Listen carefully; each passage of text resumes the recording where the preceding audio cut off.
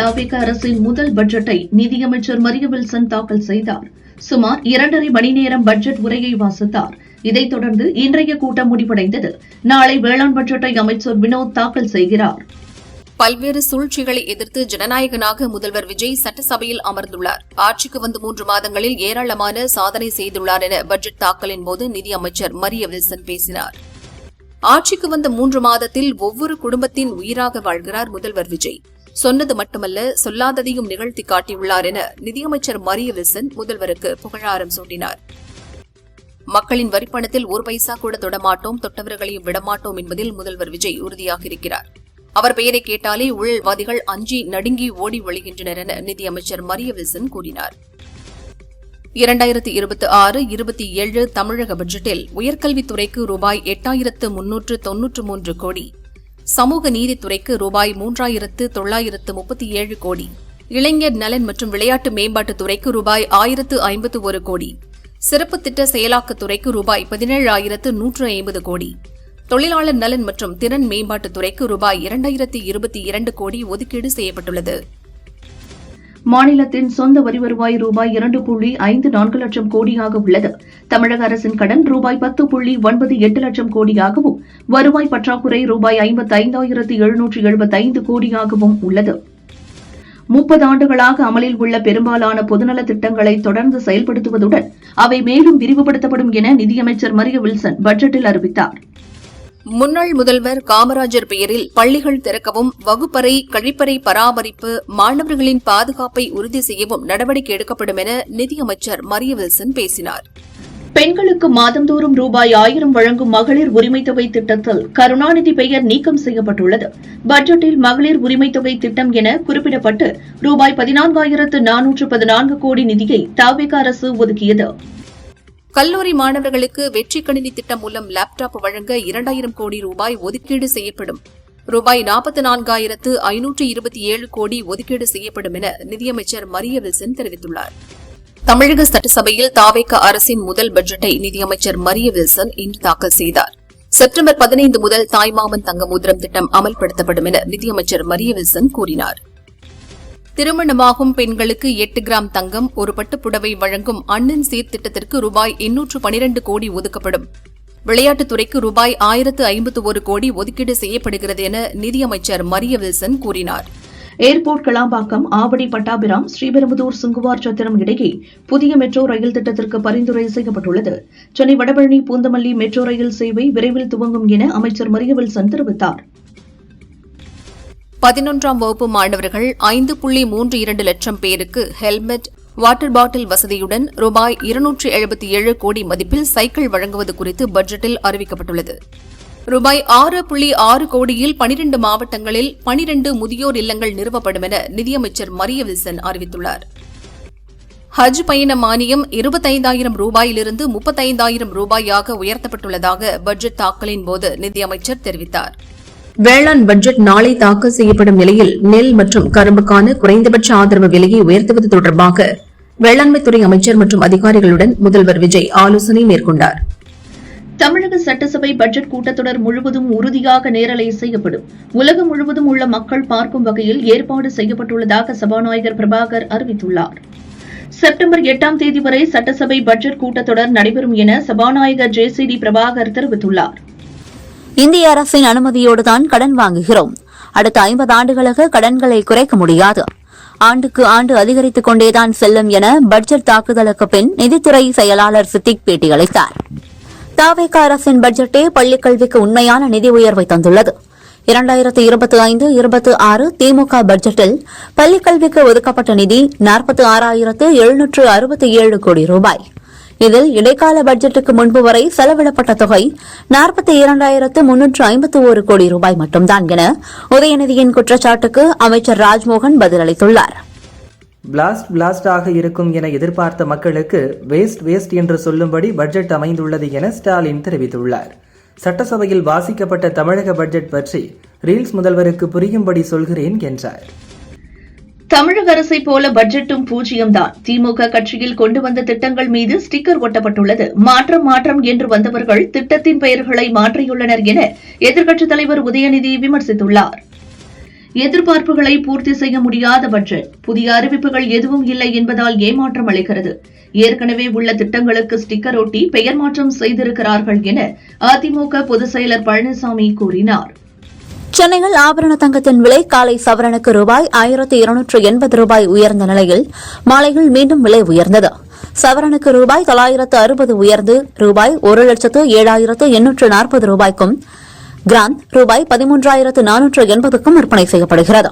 மொத்தமாக ஒரே நாளில் சவரனுக்கு ரூபாய் 2,240 உயர்ந்துள்ளது. வெள்ளி 1 கிராம் ரூபாய் 240க்கு விற்பனையாகிறது. நிதியமைச்சர் வெளியிட்ட வெள்ளை அறிக்கை தொடர்பாக நான் அப்போது தந்த விளக்கம் இப்போது சரியாக உள்ளது. திமுக அரசு என்ன தந்ததோ அதையேதான் தாவேக அரசும் பட்ஜெட்டில் தந்துள்ளது என முன்னாள் நிதியமைச்சர் தங்கம் தென்னரசு தெரிவித்துள்ளார். ரூபாய் 10 கோடி கடனை எப்படி அடைப்பது என்பது குறித்து அறிவிப்பு பட்ஜெட்டில் இல்லை என பிரேமலதா தெரிவித்துள்ளார். மின் தட்டுப்பாடு, மின் கட்டண உயர்வை சரி செய்வது குறித்தும் பட்ஜெட்டில் இடம்பெறவில்லை என்றார். சேவை உரிமை சட்டம், நீர்ப்பாசன திட்டங்கள், முதியோர் பொழுதுபோக்கு மையங்கள் அறிவிப்பு வரவேற்கத்தக்கது என அன்புமணி தெரிவித்துள்ளார். ஏஐ நகரம் அறிவிப்பு வெளியிட்டவை மக்களின் உணர்வை புரிந்து அறிவித்த திட்டங்கள் என வாழ்த்தியுள்ளார். மக்களின் எதிர்பார்ப்புகளை பட்ஜெட் பூர்த்தி செய்யவில்லை என இந்திய கம்யூனிஸ்ட் மாநில செயலாளர் வீரபாண்டியன் தெரிவித்துள்ளார். கல்வி, மகளிர் நலன், இளைஞர் வேலைக்கு முக்கியத்துவம் இருந்தாலும் வேலைவாய்ப்புகளை உருவாக்குவது பற்றிய திட்டமிட்ட அறிவிப்புகள் எதுவும் இல்லை என்றார். அணைகளில் நீர்மட்டம் 53% குறைந்துவிட்டது. அரிசி விலை 30 நாட்களில் கடுமையாக உயர்ந்துவிட்டது என முன்னாள் அமைச்சர் உதயகுமார் தெரிவித்துள்ளார். காவிரி பிரச்சினை போன்ற பிரச்சினைகளுக்கு முதல்வர் விஜய் உதயநிதி கைதுக்கு காட்டிய வேகம் போல் நடவடிக்கை மேற்கொள்வாரா என கேள்வி எழுப்பியுள்ளார். மக்களின் வாழ்க்கை தரத்தை உயர்த்தும் ஆக்கப்பூர்வ திட்டங்கள் பட்ஜெட்டில் இல்லை. வெற்றி எனும் பெயரை கொண்டுள்ள தாவேக அரசின் நிதிநிலை அறிக்கை வெறும் வெற்று என சீமான் தெரிவித்துள்ளார். பழனியில் ரூபாய் 100 கோடி மதிப்பிலான நில மோசடி வழக்கு விவகாரத்தில் இதுவரை நடைபெற்ற விசாரணை அறிக்கையை சிபிசிஐடி காவல்துறை, ஹைகோர்ட் மதுரை கிளைகள் தாக்கல் செய்தது. டாஸ்மாக் கடைகள் கூட்ட நெரிசலை தவிர்க்க ஆன்லைன் மூலம் மது பெறும் வசதி நாளை நடைமுறைக்கு வருகிறது. டாஸ்மாக் கடைகளில் விற்கப்படும் அனைத்து மதுபானங்களுக்கும் ரசீது வழங்க வேண்டும் என டாஸ்மாக் நிறுவனத்திற்கு சென்னை ஹைகோர்ட் உத்தரவிட்டுள்ளது. மருத்துவ படிப்புகளுக்கான மாநில கலந்தாய்வு நடைமுறையில் மத்திய அரசு முன்மொழிந்துள்ள திருத்தங்களை ஏற்கனவே தமிழக அரசு பின்பற்றி வருவதால் தற்போது அதில் எந்த மாற்றமும் இல்லை என தமிழக அரசு தெரிவித்துள்ளது. டிஎன்பிஎஸ்சி நடத்திய சில தேர்வுகளின் விடைத்தாள்கள் இணையதளத்தில் வெளியிடப்பட்டுள்ளது. தேர்வர்கள் தங்களது ஒருமுறை பதிவின் வாயிலாக உரிய கட்டணம் செலுத்தி விடைத்தாள்களை பதிவிறக்கம் செய்யலாம். ஒகேனக்கல் காவிரி ஆற்றில் நீர்வரத்து வினாடிக்கு 20,000 கன அடியாக உயர்ந்துள்ளது. இதனால் ஐந்தருவி, சிறிய அருவியில் தண்ணீர் ஆர்ப்பரித்து கொட்டுகிறது. பாதுகாப்பு கருதி 2வது நாளாக பரிசல் இயக்கவும் ஆற்றில் குளிக்கவும் தடை விதிக்கப்பட்டுள்ளது. மத்திய உள்துறை அமைச்சர் அமித்ஷா 2 நாள் பயணமாக ஆகஸ்ட் 8ஆம் தேதி புதுச்சேரிக்கு வருகை தருகிறார். புதுச்சேரி காவல்துறைக்கு ஜனாதிபதியின் காவல் நிறம் வழங்கும் நிகழ்வில் பங்கேற்கிறார். புதுச்சேரிக்கு ஆகஸ்ட் 8ஆம் தேதி மத்திய அமைச்சர் அமித்ஷா வருகையொட்டி பாரதிய ஜனதா கேட்ட முக்கிய துறைகளை ஒதுக்க சம்மதித்து முதல்வர் ரங்கசாமி புதிய பட்டியலை கவர்னரிடம் அளித்தார். அமைச்சர்களுக்கு இலாக்கா சீக்கிரம் வரும் என செய்தியாளர்களிடம் கூறி புறப்பட்டுச் சென்றார். ஐநா சபையின் 17 நாடுகளைச் சேர்ந்த நிரந்தர பிரதிநிதிகள் இந்தியா வந்துள்ளனர். அவர்களுடன் மத்திய வெளியுறவுத்துறை அமைச்சர் ஜெய்சங்கர் கலந்துரையாடினார். இளைஞர்கள் மீது தாக்குதல் நடத்தப்பட்டதற்கு அமித்ஷா பதிலளிக்க வேண்டும் என வலியுறுத்தி பார்லிமெண்ட் வளாகத்தில் அவை தொடங்குவதற்கு முன் காந்தி சிலை அருகிலிருந்து இண்டி கூட்டணி எம்பிக்கள் பேரணி சென்றனர். நாட்டின் பல்வேறு வங்கிகளுக்கு ரிசர்வ் வங்கி வழங்கும் குறுகிய கால கடன்களுக்கான ரெப்போ வட்டி விகிதத்தில் மாற்றமில்லை. ஏற்கனவே உள்ள 5.25% என்ற அளவிலேயே ரெப்போ வட்டி விகிதம் தொடரும் என ஆர்பிஐ கவர்னர் சஞ்சய் மல்ஹோத்ரா அறிவித்துள்ளார். ஆதார் சரிபார்ப்பு செய்யாத கேஸ் சிலிண்டர் வாடிக்கையாளர்கள் வரும் 16ஆம் தேதிக்குள் KYC சமர்ப்பிக்க வேண்டும் என மத்திய அரசு தெரிவித்துள்ளது. சென்னை மற்றும் அதனை சுற்றியுள்ள மாவட்டங்களில் செயல்படும் தொழில் நிறுவனங்களை தொடர்பு கொண்டு தங்கள் மாநிலத்தில் தொழில் தொடங்க வருமாறு ஆந்திரா அழைப்பு விடுத்துள்ளது. ஏமன் கடற்கரை அருகே செங்கடலில் வந்து கொண்டிருந்த இந்திய சரக்கு கப்பல் மீது தாக்குதல் நடத்தப்பட்டது. அதிலிருந்த இந்திய மாலுமிகள் 13 பேர் பத்திரமாக மீட்கப்பட்டனர். ஈரானுடன் ஹார்முஸ் ஜலசந்தியை மீண்டும் திறப்பது தொடர்பான ஒப்பந்தம் விரைவில் கையெழுத்தாகும் என அமெரிக்கா தெரிவித்துள்ள நிலையில் கச்சா எண்ணெய் விலை $76 குறைந்துள்ளது. தாவேக அரசின் முக்கிய திட்டமான பெயர் மாற்ற திட்டத்திற்கு எவ்வளவு நிதி ஒதுக்கப்பட்டுள்ளது என்பது குறித்து பட்ஜெட்டில் குறிப்பிடாதது ஏமாற்றத்தை அளிக்கிறது என கனிமொழி எம்பி விமர்சித்தார். தேர்தல் வாக்குறுதிகளை செயல்படுத்தப் போவதில்லை என்பதையே இந்த பட்ஜெட் உணர்த்தியுள்ளது என்றார். வெற்றிக் கழக பட்ஜெட்டே பள்ளிக் கல்விக்கு உண்மையான நிதி உயர்வை தந்துள்ளது என அமைச்சர் ராஜ்மோகன் தெரிவித்துள்ளார். கடந்த கால அரசுகள் குறைந்த அளவு நிதியையே ஒதுக்கினர் என்றார். சட்டசபை பட்ஜெட் தாக்கலின் போது எதிர்க்கட்சித் தலைவர் உதயநிதியை நேரலை ஒளிபரப்பில் காட்டவில்லை. இது நியாயமில்லை என மனிதநேய ஜனநாயக கட்சியின் தலைவர் தமீமுன் அன்சாரி கூறியுள்ளார். பட்ஜெட்டில் ஒவ்வொரு துறையை பற்றி பேசும்போது இந்தியாவிலேயே தமிழகம் முன்னிலை மாநிலமாக உள்ளது என்று நிதியமைச்சர் பெருமையாக பேசினார். திமுகவின் சாதனைகளை இப்போதாவது ஒப்புக்கொண்ட முதல்வருக்கு நன்றி என எதிர்க்கட்சித் தலைவர் உதயநிதி கூறினார். கிராமப்புறங்களில் உள்ள 30,000 நலிவடைந்த கைம்பெண்கள், ஆதரவற்ற பெண்கள், திருநங்கைகள் மற்றும் மாற்றுத்திறனாளிகளுக்கு 100% முழு மானியத்தில் தலா 5 வெள்ளாடுகள் அல்லது செம்மறி ஆடுகள் வழங்கும் வெற்றி மகளிர் ஆடுகள் வளர்ப்பு திட்டம் அறிவிக்கப்பட்டுள்ளது. இத்திட்டத்திற்காக ரூபாய் 110 கோடி நிதி ஒதுக்கீடு செய்யப்பட்டுள்ளது. 200 சிறந்த கலைக்குழுக்களுக்கு ரூபாய் 23 கோடி நிதி ஒதுக்கப்பட்டு ஆண்டுதோறும் 100 நாட்கள் நிகழ்ச்சி நடத்த வாய்ப்பு வழங்கப்படும் என மரிய வில்சன் தெரிவித்தார். நாட்டுப்புற கலைகளும் கலைஞர்களின் வாழ்வாதாரமும் பாதுகாக்கப்படும் என்றார். தாய் கேர் திட்டத்திற்கு ரூபாய் 23 கோடி ஒதுக்கீடு செய்யப்பட்டுள்ளது. கருவுற்ற பெண்களுக்கான சேவை மற்றும் உதவி மையங்கள் மாநிலம் முழுவதும் அமைக்கப்படும். மகப்பேறு நாள் நெருங்கும் வேளையில் தங்கியிருந்து பயன்பெறலாம். கட்டணமில்லா உணவு மற்றும் மருத்துவ உதவிகள், தொடர் மருத்துவ கண்காணிப்பு உள்ளிட்ட சேவைகளை இதன் மூலம் பெறலாம். புதிய மாநில வீட்டு வசதி திட்டமான வெற்றி வீடு திட்டம் பட்ஜெட்டில் அறிமுகம் செய்யப்பட்டுள்ளது. வீட்டு அலகு தொகை ரூபாய் 3.10 லட்சத்திலிருந்து ரூபாய் 5 லட்சமாக உயர்த்தப்பட்டுள்ளது. ரூபாய் 3,500 கோடி மதிப்பீட்டில் திட்டம் செயல்படுத்தப்படும் என்று நிதியமைச்சர் மரிய வில்சன் அறிவித்தார். திமுக அரசின் திட்டங்களுக்கு பெயர் மாற்றம் செய்து பட்ஜெட்டில் அறிவித்துள்ளது தாவேகா அரசு. தேர்தல் வாக்குறுதிகள் குறித்து அறிவிப்புகள் இந்த பட்ஜெட்டில் வெளியாகவில்லை என மனிதநேய மக்கள் கட்சியின் தலைவர் ஜவாஹிருல்லா கூறினார். அனைத்து சேவை மையங்களும் மேம்படுத்தப்படும். நம்ம அரசு வாட்ஸ்அப் சாட் போர்ட்டல் வழங்கப்படும் சேவைகள் 76லிருந்து 275ஆக அதிகரிக்கப்படும் என நிதியமைச்சர் மரிய வில்சன் தெரிவித்தார். கூவம் அடையாறு ஆறுகள் உலகத்தரத்தில் மறுசீரமைப்பு செய்யப்படும். படகு சவாரி, நதிக்கரை நடைபாதை, பொழுதுபோக்கு வசதிகள் செய்யப்படும் என தமிழக பட்ஜெட்டில் அறிவிக்கப்பட்டுள்ளது. நகராட்சி நிர்வாகம், குடிநீர் வழங்கல் துறைக்கு ரூபாய் 29,863 கோடி ரூபாயும், உள்துறை, மதுவிலக்கு மற்றும் ஆயத்தீர்வை துறைக்கு 17,290 கோடி ரூபாயும் நிதி ஒதுக்கீடு செய்யப்படும் என அமைச்சர் மரிய வில்சன் அறிவித்தார். திருநர்களுக்கு திறன் பயிற்சி மற்றும் சுய தொழிலுக்கு மானியத்துடன் கடன் உதவி வழங்கப்படும். ரூபாய் 50,000 வரை சுயதொழில் வங்கிக் கடனுக்கு மானியம் வழங்கப்படும். 5 மாவட்டங்களில் அரண் தங்கும் இடம் அமைக்கப்படும். 15 மாவட்டங்களில் குறுகிய கால தங்கும் இடவசதிகள் ஏற்படுத்தப்படும் என பட்ஜெட்டில் அறிவிக்கப்பட்டுள்ளது. ஆதிதிராவிடர் பழங்குடியினர் தொழில் முனைவு திறனை ஊக்குவிக்கும் விதமாக அண்ணல் அம்பேத்கர் தொழில் முனைவோர் திட்டத்திற்கு ரூபாய் 163 கோடி ஒதுக்கீடு செய்யப்பட்டுள்ளது. சென்னைக்கு புதிதாக 1000 ஏசி பஸ்கள் கொள்முதல் செய்யப்படும். வடபழனி, போரூர் இடையே விரைவில் மெட்ரோ ரயில் சேவை துவங்கி வைக்கப்படும் என நிதியமைச்சர் மரிய வில்சன் அறிவித்துள்ளார். கோவை, அரியலூர் இடையே ரூபாய் 4,000 கோடியில் மின் பகிர்மான பாதை திட்டம் செயல்படுத்தப்படும். மின் வாகனங்களுக்கான 20,000 புதிய சார்ஜிங் நிலையங்கள் ஏற்படுத்தப்படும் என நிதியமைச்சர் மரிய வில்சன் அறிவித்தார். தூத்துக்குடி, நெல்லை மாவட்டங்கள் விண்வெளி தொழில் முதலீட்டு மண்டலமாக அறிவிக்கப்படும் என்றார். 3,200 கோடி ரூபாயில் 5 ஆண்டுகளில் புதிய சிப்காட் தொழில் பூங்காக்கள் அமைக்கப்படும் என பட்ஜெட்டில் அறிவிக்கப்பட்டது. பெண்களை பற்றி இழிவாக பேசுகின்ற ஆண்களுக்கு தன்னம்பிக்கை கிடையாது.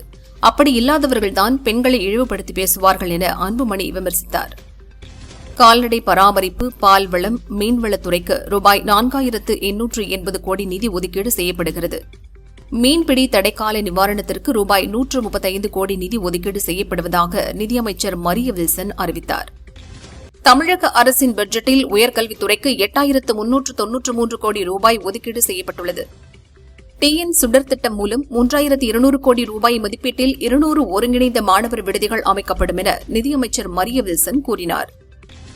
தாவிகாவின் வெற்றி தமிழக மக்களின் வெற்றி. முதல்வர் விஜய் ஊழலற்ற அரசை நடத்துகிறார். பிறப்பால் அனைவரும் சமம் என்ற கோட்பாட்டுடன் ஆட்சி நடத்துகிறார் என சட்டசபையில் நிதியமைச்சர் மரிய வில்சன் பேசினார். 2,132 கோடி ரூபாயில் அரசு பள்ளிகளை நவீனப்படுத்தும் திட்டம் அமல்படுத்தப்படும்.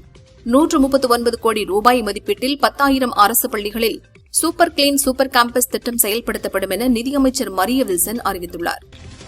மதுபான உற்பத்தி ஆலைகளுக்கான சிறப்பு கட்டணம் மூலம் அரசுக்கு கூடுதலாக ரூபாய் 1,000 கோடி வருவாய் கிடைக்கும் என எதிர்பார்க்கப்படுகிறது. மாநிலத்தின் வருவாயை அதிகரிக்க வருவாய் மேம்பாட்டுக் குழுவை விரைவில் அரசு அமைக்க உள்ளதாக நிதியமைச்சர் கூறினார். வறுமையில்லாத தமிழ்நாட்டை உருவாக்க 2026ஆம் ஆண்டுக்குள் $1.5 டிரில்லியன் பொருளாதாரம் உள்ள மாநிலமாக மாற்ற இலக்கு நிர்ணயம் செய்யப்பட்டுள்ளதாக அமைச்சர் மரிய வில்சன் கூறினார். எதிர்க்கட்சித் தலைவர் உதயநிதி போலீசிலிருந்து விடுவிக்கப்பட்டதும் தஞ்சாவூரிலிருந்து சென்னை திரும்பினார். நள்ளிரவில் தனது தந்தை ஸ்டாலினை நேரில் சந்தித்து பேசினார். எதிர்க்கட்சித் தலைவர் உதயநிதியை கைது செய்வது குறித்து முதல்வர் விஜயின் வீட்டில் நேற்று முன்தினம் நள்ளிரவு வரை ஆலோசனை நடந்ததாக தகவல் வெளியாகியுள்ளது.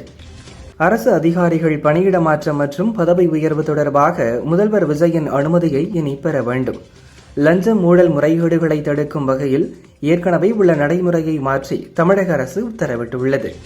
திருத்தணி முருகன் கோவில் ஆடி கிருத்திகை விழாவை முன்னிட்டு திருவள்ளூர் மாவட்டத்திற்கு நாளை உள்ளூர் விடுமுறை விடப்படுவதாக கலெக்டர் கவிதா அறிவித்துள்ளார். சென்னை எழும்பூர் ரயில் நிலையத்தில் நடை மேம்பால பணிகள் காரணமாக இன்று முதல் 20ஆம் தேதி வரை 9 விரைவு ரயில்களின் சேவையில் மாற்றங்கள் செய்யப்பட்டுள்ளன. ரயில்கள் மாம்பலம், தாம்பரத்திலிருந்து இயக்கப்படும் என தெற்கு ரயில்வே அறிவித்துள்ளது. தமிழகத்தில் ஆடிப்பெருக்கு அன்று ஒரே நாளில் 16,946 பத்திரப்பதிவுகள் நடந்தது. இதன் மூலம் அரசுக்கு 172 கோடி ரூபாய் வருவாய் கிடைத்துள்ளது. சாதாரண நாட்களை விட ஆடிப்பெருக்கு அன்று மட்டும் 72 கோடி ரூபாய் கூடுதலாக கிடைத்துள்ளது. பொது இடங்களில் புகைப்பிடித்தால் சிறை தண்டனை விதிப்பது குறித்து தமிழக அரசு பரிசீலனை செய்து வருகிறது. கடந்த திமுக ஆட்சியில் பட்ஜெட் தாக்கலில் ரூபாய் குறியீடை தவிர்த்து ரூ என்ற தமிழ் எழுத்தை திமுக பயன்படுத்தியது. இந்நிலையில் இந்த ஆண்டு தவிக பட்ஜெட்டிலும் அதே நடைமுறை தொடரப்பட்டுள்ளது. தமிழக அரசின் நிதிநிலை அறிக்கைகள் திறன் மேம்பாடு, சிறு குறு தொழில்களுக்கு நிதி ஒதுக்கீடு, டெக்னாலஜி சென்டர் என பல்வேறு திட்டங்களுக்கு நிதி ஒதுக்கப்பட்டுள்ளது. இதை வரவேற்கிறோம் என திருப்பூர் ஏற்றுமதியாளர் சங்கம், ஆயத்த ஆடை ஏற்றுமதி மேம்பாட்டுக் கழகம் தெரிவித்துள்ளது. பிரபல யூடியூபர் மற்றும் அரசியல் விமர்சகர் சவுக்கு சங்கரின் முன்னாள் மனைவி ஆர்த்தியின் 14 வயது மகன் தியோ ஆழிசை தாயார் கண்டித்ததால் மனமுடைந்து தற்கொலை செய்து கொண்ட சம்பவம் பெரும் சோகத்தை ஏற்படுத்தியுள்ளது. ஆடி கிருத்திகையை முன்னிட்டு திருத்தணி முருகன் கோவிலுக்கு லட்சக்கணக்கான பக்தர்கள் வருவதால் பாதுகாப்பு கருதி கர்ப்பிணிகள், முதியோர், மாற்றுத்திறனாளிகள் சாமி தரிசனம் செய்ய வர வேண்டாம் என திருவள்ளூர் கலெக்டர் கவிதா வேண்டுகோள் விடுத்துள்ளார். சேலம் மாவட்ட மேட்டூர் அணைக்கான நீர்வரத்து 11,988 கன அடியிலிருந்து 18,905 கன அடியாக உயர்ந்துள்ளது. அணையிலிருந்து குடிநீர் தேவைக்காக வினாடிக்கு 1,500 கன அடி நீர் வெளியேற்றப்படுகிறது. மகாராஷ்டிராவில் தாவர எண்ணெய் மற்றும் பால் கொழுப்பு இல்லாத பொருட்களை பயன்படுத்தி தயாரிக்கப்படும் போலி அனலாக் பன்னீருக்கு உணவு பாதுகாப்புத்துறை ஓராண்டு காலம் தடை விதித்துள்ளது. விதிகளை மீறினால் சட்ட நடவடிக்கை பாயும் என எச்சரித்துள்ளது. ராமேஸ்வரம் ராமநாத சுவாமி கோயிலில் ஜூலை மாதம் உண்டியல் காணிக்கையாக பக்தர்கள் ரூபாய் 1,30,16,500 செலுத்தியுள்ளனர். தங்கம் 41 கிராமும், வெள்ளி 3 கிலோ 283 கிராமும் கிடைத்தன. மேகதாது அணை கட்ட எதிர்ப்பு தெரிவித்து எழும்பூரில் வரும் 7ஆம் தேதி ஆர்ப்பாட்டம் நடத்தப்படும் என காவிரி உரிமை மீட்பு கட்சிகள் கூட்டமைப்பு அறிவித்துள்ளது. தேனி மாவட்டம் போடிநாயக்கனூரில் உள்ள மேல்நிலைப்பள்ளி மாணவிக்கு பாலியல் தொல்லை கொடுத்த இயற்பியல் ஆசிரியர் வெங்கடேஷ் பிரபு போக்சோ சட்டத்தில் கைது செய்யப்பட்டார். கோவையில் மத்திய நுண்ணறிவு பிரிவினர் நள்ளிரவில் நடத்திய சோதனையில் கர்நாடகாவில் இருந்து கேரளாவுக்கு லாரியில் கடத்தி செல்லப்பட்ட 7,000 லிட்டர் எரிசாராயம் நிரப்பப்பட்ட 200 கேன்களை கைப்பற்றினர். வாகனங்களுக்கு செல்லுபடியாகும் காப்பீடு இல்லை என்றால் பெட்ரோல் மற்றும் டீசல் வழங்கப்படாது என்ற முன்னோடி திட்டத்தை தொடங்க மத்திய அரசுக்கு சுப்ரீம் கோர்ட் உத்தரவிட்டுள்ளது. இந்தியாவில் சுமார் 56% வாகனங்கள் காப்பீடு இல்லாமல் இயங்குவதையும் கோர்ட் சுட்டிக்காட்டியுள்ளது. கேரளா கண்ணனூரில் வெள்ளத்தில் சிக்கியவர்களை மீட்கும் பணியின் போது உயிரிழந்த தன்னார்வலர் ராஜேஷின் உடலுக்கு அரசு மரியாதை செலுத்தப்படும். அவரது வீடு கட்டுமான பணி அரசு சார்பில் முடித்து தரப்படும் என கேரள முதல்வர் சதீசன் தெரிவித்துள்ளார். குலசை முத்தாரம்மன் கோவில் ஆடிக்குடை விழா வெகு விமரிசையாக நடந்தது. திரளான பக்தர்கள் தீச்சட்டி எடுத்தும் உடைப்பாரி எடுத்து வந்தும் நேர்த்திக்கடன் செலுத்தினர். தருமபுரியில் ஸ்ரீ முத்துமாரியம்மன் கோவிலில் 10ஆம் ஆண்டு திருவிழாவின் முக்கிய நிகழ்வான மாவிளக்கு ஊர்வலம் வெகு விமரிசையாக நடைபெற்றது. இதில் திரளான பெண்கள் மாவிளக்கு ஏந்தி ஊர்வலமாக சென்று அம்மனுக்கு நேர்த்திக்கடன் செலுத்தினர். தஞ்சை அடுத்த கரந்தையில் உள்ள பெரியநாயகி அம்மன் உடனுரை வசிஷ்டேஸ்வரர் திருக்கோவிலில் ஆடிப்பூர பெருவிழா கொடியேற்றத்துடன் வெகு விமரிசையாக தொடங்கியது. ராமேஸ்வரம் ராமநாத சுவாமி கோவிலில் ஆடி திருக்கல்யாண கொடியேற்றம், வேதாச்சாரியர்கள் வேத மந்திரங்கள் முழங்க வெகு விமரிசையாக நடைபெற்றது. சின்னத்திரை நிகழ்ச்சிகளை இயக்கி வந்த மதன் துரை இயக்குநராக களமிறங்கியுள்ளார். இதில் கதையின் நாயகனாக மார்ச்சுவரி பாயாக புகழ் நடிக்கிறார். போதைப்பொருள் மாஃபியா, ஒரு டாக்டர், மார்ச்சுவரி பாய், போலீஸ் ஆகியோருக்கிடையே நடக்கும் த்ரில்லர் கலந்த கமர்ஷியல் கதையாக இந்த படம் உருவாகிறது. படத்திற்கு இன்னும் பெயர் வைக்கவில்லை. சென்னையில் பூஜை நடந்துள்ளது. விரைவில் படம் துவங்குகிறது.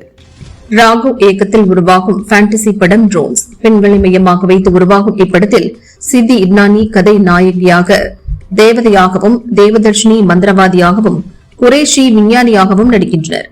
படத்தில் விஞ்ஞானிகள், தேவதைகள், மந்திரவாதிகள், துப்பறிவாளர்கள் என பல கதாபாத்திரங்கள் உள்ளன. நகைச்சுவையும் முக்கிய பங்கு வகிக்கிறது என்கிறார் இயக்குநர் ராகவ். 1.5 ஆண்டுகளாக கார் ரேஸில் ஈடுபட்ட அஜித் விரைவில் தனது 64வது படமான டேர் டெவிலில் நடிக்கப் போகிறார்.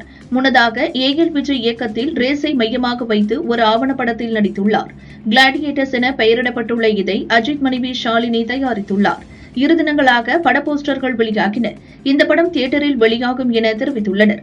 இது ஆவணப்படம் என்பதால் வழக்கமான பாடல், ஃபைட், பஞ்ச் டயலாக் இருக்காது.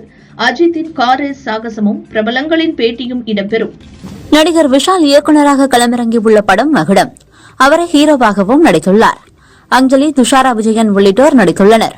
அதிரடி ஆக்ஷன் படமாக உருவாகியுள்ளது. வருகிற ஆகஸ்ட் 7 படத்தின் ட்ரெய்லரும், ஆகஸ்ட் 14 படம் ரிலீஸ் என்றும் அறிவித்துள்ளனர். முன்னதாக இந்த படத்தை ரவி அரசு இயக்கினார். சில பிரச்சனையால் அவர் விலக விஷாலே இயக்கத்தையும் சேர்த்து கவனித்தார். கார்த்திக் சுப்பராஜ் இயக்கத்தில் அவரது 10வது படம் சமீபத்தில் துவங்கியது. இளையராஜா இசையமைக்கிறார். இந்த தகவல்கள் மட்டுமே வந்த சூழலில் இப்போது இதில் கீர்த்தி சுரேஷ் முதன்மை வேடத்தில் நடித்துள்ளார். அவருடன் சனந்த், ரிஷிகாந்த் ஆகியோரும் நடித்துள்ளனர்.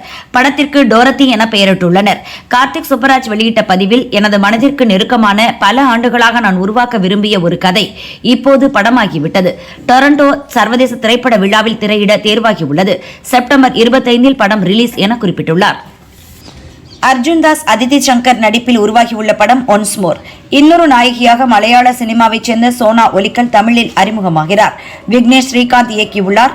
காதல் கதையில் உருவாகியுள்ள இப்படம் முடிந்து பல மாதங்கள் ஆகிவிட்டன. தற்போது படம் இம்மாதம் ஆகஸ்ட் 28 ரிலீஸ் என அறிவித்துள்ளனர்.